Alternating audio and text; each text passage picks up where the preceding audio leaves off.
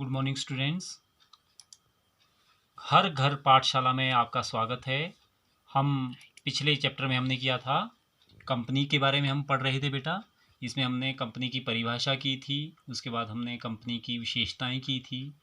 आज हम शुरू करेंगे with the merits of company organisation.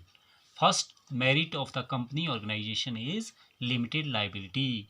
The liability of the members in the company organization are limited. It is limited only to the money which they have invested in the business. व्यवसाय में जो उन्होंने पूंजी लगाई होती है वहीं तक उनकी देयता सीमित होती है। हानि की अवस्था में केवल वही पूंजी उनकी डूबती है और उन्हें अन्य स्रोतों से या अपने निजी स्रोतों से धन देने की आवश्यकता नहीं होती है। Here the liabilities of the members are limited. Second is transfer share transfer facility. The members of the company organization can sell their share to the third party easily and they can transfer their share to the third party without the consent of the other shareholder or members. जो भी आपके सदस्य होते हैं company organisation में, जो भी इसके मेंबर होते हैं, वे अपनी मर्जी से किसी को भी अपना हिस्सा हस्तांतरित कर सकते हैं, अपने अंशों को हस्तांतरित कर सकते हैं। इसके लिए उन्हें अन्य सदस्यों से सहमति लेने की आवश्यकता नहीं होती है। कंटिन्यूटी ऑफ बिजनेस, जो कंपनी व्यवसाय होता है वो लगातार चलता रहता है। यहाँ पर सदस्यों के आने और सदस्यों के छोड़कर चले जाने से कंपनी के व्यवसाय पर कोई भी फर्क नहीं पड़ता है। कंपनी का व्यवसाय चला रहता है। Members can come, members can go, but there is no change in the existence of the company. Next is scope of growth and expansion. Due to large capital, there are more chances of growth and expansion of the company organization business, and there are more number of person. Due to that reason also you can easily expand your business. आपके पास बहुत scope होते हैं अपने व्यवसाय का विस्तार करने के लिए, अपने व्यवसाय का विकास करने के लिए, क्योंकि आपके पास पूंजी की कमी नहीं होती है। पूंजी यहाँ पर प्रचुर मात्रा में उपलब्ध होती है, इसलिए आप अपने व्यवसाय को बढ़ा सकते हैं, अपने व्यवसाय का विकास कर सकते हैं। And next is efficient management. यहाँ पर कुशल व्यक्तियों को ही नियुक्त किया जाता है प्रबंधन के कार्यों में, इसलिए यहाँ पर निपुण प्रबंधन होता है। जो प्रबंधन हेतु जिन व्यक्तियों का चयन किया जाता है उनके पास जो प्रबंधन संबंधी ज्ञान का होना अति आवश्यक होता है, या प्रबंधकीय कार्यों का अनुभव होना अनिवार्य होता है। इसलिए उनके द्वारा जो प्रबंधन किया जाता है वो कुशल प्रबंधन होता है। Next in this lesson is limitation of company organisation. Company organisation की क्या क्या कमियां हैं, क्या क्या हानियां हैं। First is difficulty in formation. Company की जो स्थापना की जाती है they are to be established under the Companies Act old 1956 and new 2013। Company की जो स्थापना की जाती है, कंपनी की स्थापना करने के लिए कंपनी की रजिस्ट्रेशन करवाना अनिवार्य होता है, और कंपनी की जो रजिस्ट्रेशन की जाती है वो कंपनी अधिनियम पुराना 1956 और नया 2013 के अंतर्गत की जाती है।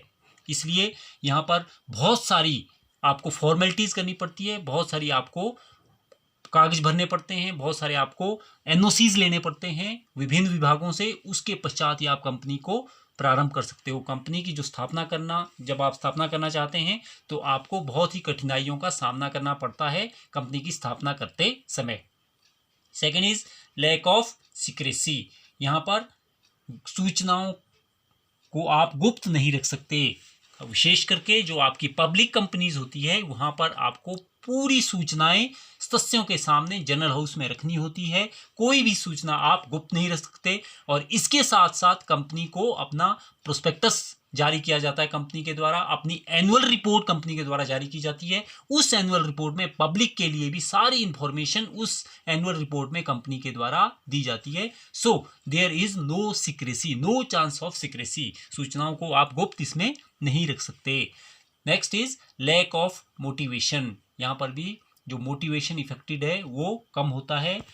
आप profit is to be distributed between the partner, but total profit is not to be distributed between the partner. जितने भी आपके जो सदस्य होते हैं, जितने भी मेंबर्स होते हैं, उनके बीच में लाभों का संपूर्ण बंटवारा नहीं किया जाता। Some part of profit is to be kept as a reserve. Some part of profit has to be distributed between the members.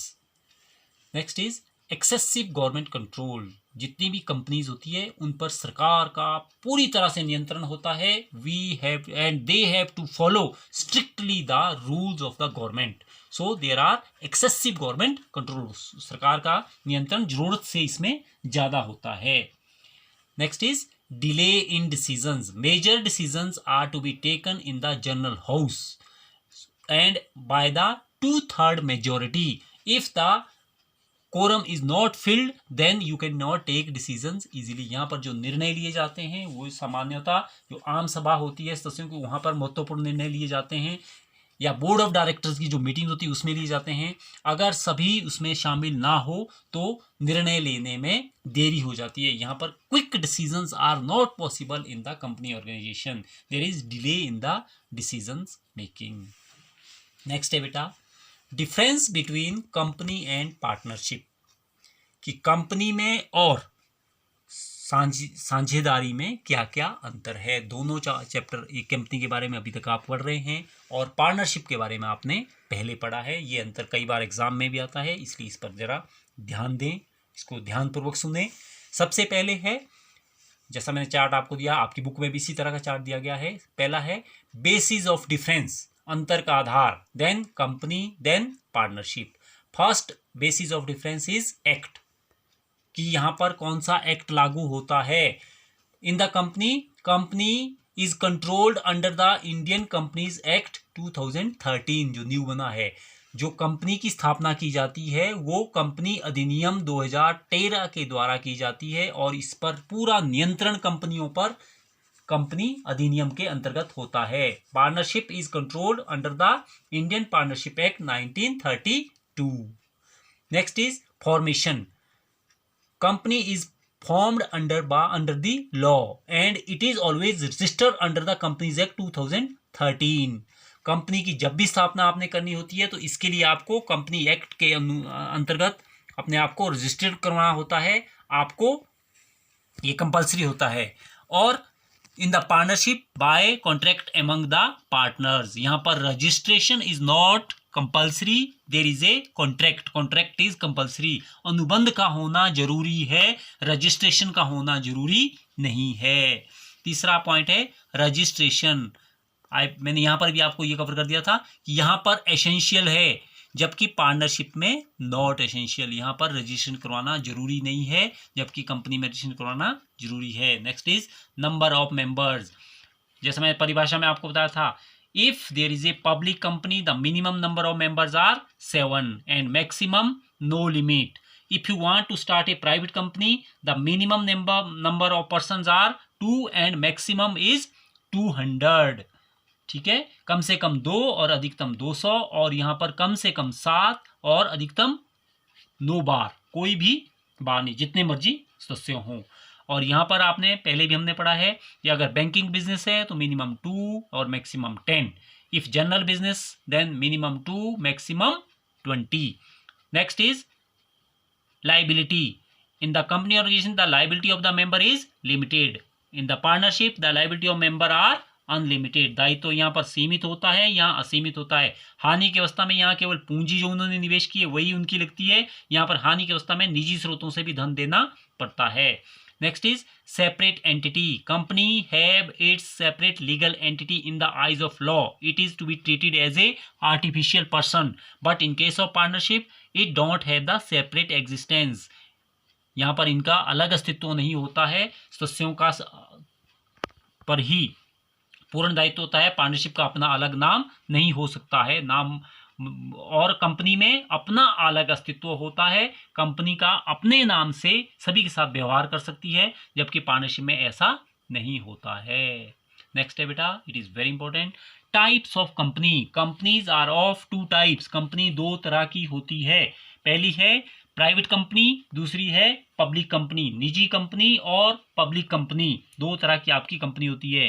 पहली क्या है, प्राइवेट कंपनी। जैसा हमने अभी आपको मैंने इसमें भी बताया था कि जिसमें मिनिमम 2 सदस्य और अधिकतम 200 सदस्य, जिसमें कम से कम 2 सदस्य होते हैं और अधिकतम 200 members are there, and a private company is that company in which there is a restriction in the rights of member to transfer share.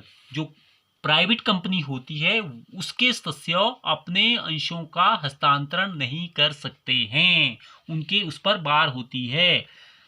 और it refers to a company whose share can not be sold to the general public, जिस company के share सामान्य जनता को नहीं बेचे जा सकते। यहाँ पर जो 200 लोग होंगे they must be known to each other, they must be relative, जो मैक्सिमम जो संख्या होगी। प्राइवेट कंपनी ऐसी कंपनी व्यक्तियों का एक समूह होता है जिसमें आप अंशों का हस्तांतरण नहीं कर सकते हैं और ना ही इन कंपनियों के अंशों को आम जनता को बेचा जा सकता है, और जहां पर संख्या कम से कम 2 और अधिकतम 200 तक सीमित होती है। दूसरी है पब्लिक कंपनी। पब्लिक कंपनी कौन सी होती है? They are non real sense. Next is public company. Public company कौन सी कंपनी होती है बेटा? Public company is that company which is not a private company. ऐसी कंपनी जो प्राइवेट कंपनी नहीं है वो पब्लिक कंपनी मानी जाती है। Here the minimum number of members are 7 and maximum no limit, और यहां पर members can transfer their share to third person without the consent of other member, and in the public company also the share can be sold to the general public. आम जनता को अंशों को बेचा यहाँ पर जा सकता है, और पब्लिक कंपनी ही रियल सेंस में कंपनीज मानी जाती है। For the public company it is compulsory to register them under the companies act 2013 के तहत इसको आपको रजिस्टर करवाना अनिवार्य होता है। ठीक है बेटा, that's all for the second lecture. And the last in this chapter is difference between private company and public company। यहाँ पर मैं आपको थोड़े विस्तार से बताऊंगा कि कंपनियों में दोनों के बारे में। सब मेंबर इन द, ये प्राइवेट कंपनी है और ये पब्लिक कंपनी है। प्राइवेट कंपनी में minimum number of person are 2 and maximum are 200। First वाली आपकी प्राइवेट कंपनी है, सेकेंड वाली आपकी पब्लिक कंपनी है। प्राइवेट कंपनी में minimum number are 2, maximum are 200, and in the public company minimum number are 7, maximum no limit. Next is name. In the private company the word private limited is compulsory.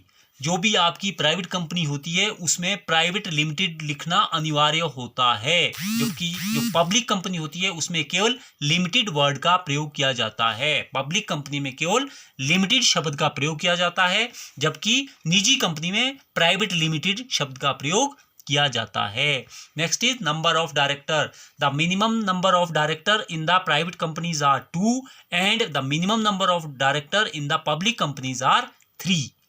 Next is invitation to public, कि आम जनता को अंशों का विक्रय कर सकते हैं या नहीं। यहाँ पर पब्लिक जो प्राइवेट कंपनी होती है they can not share their share to general public, और जो आपकी सार्वजनिक कंपनी होती है, पब्लिक कंपनी होती है, they can sell their share to the general public. Next is transfer of share. No freedom, यहाँ पर कोई भी फ्रीडम नहीं होती है, they can not transfer the share, और in the public company they can transfer the share, there is no restriction, कोई restriction नहीं होती है। नेक्स्ट है इश्यू ऑफ प्रोस्पेक्टस, प्रविवरण को जारी करना। जो प्राइवेट कंपनी होती है they can not issue the prospectus, वो प्रोस्पेक्टस को जारी करना उनके लिए अनिवार्य नहीं होता है, और वो अनिवार्य नहीं प्रोस्पेक्टस जारी नहीं करती, जबकि पब्लिक कंपनी के लिए ये कंपल्सरी होता है। नेक्स्ट इज स्टैट्यूटरी मीटिंग को करना। प्राइवेट कंपनी के लिए नॉट नेसेसरी, जबकि पब्लिक कंपनी के लिए इट इज नेसेसरी।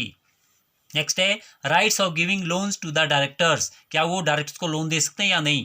यहाँ पर without permission of central government they can give the loan to the directors, they don't need to get the permission from the central government, जबकि public company में they need to get the prior approval from the central government, then only they can give the loan to the directors। अगर वो director को loan देना चाहते हैं तो private company में उनको केंद्र सरकार की परमिशन लेना अनिवार्य नहीं होता, जबकि सार्वजनिक कंपनी में लोन देने से पहले उनको परमिशन लेना गवर्नमेंट से, केंद्र सरकार से जरूरी होता है।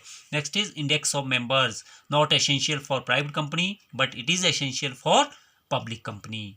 मिनिमम पेड अप कैपिटल यहाँ पर 1 लाख होती है प्राइवेट कंपनी में, और यहाँ पर मैक्सिमम 5 lakhs होती है। राइट बेटा, this is for the lesson number 8. Now I will give you the worksheet. Good bye.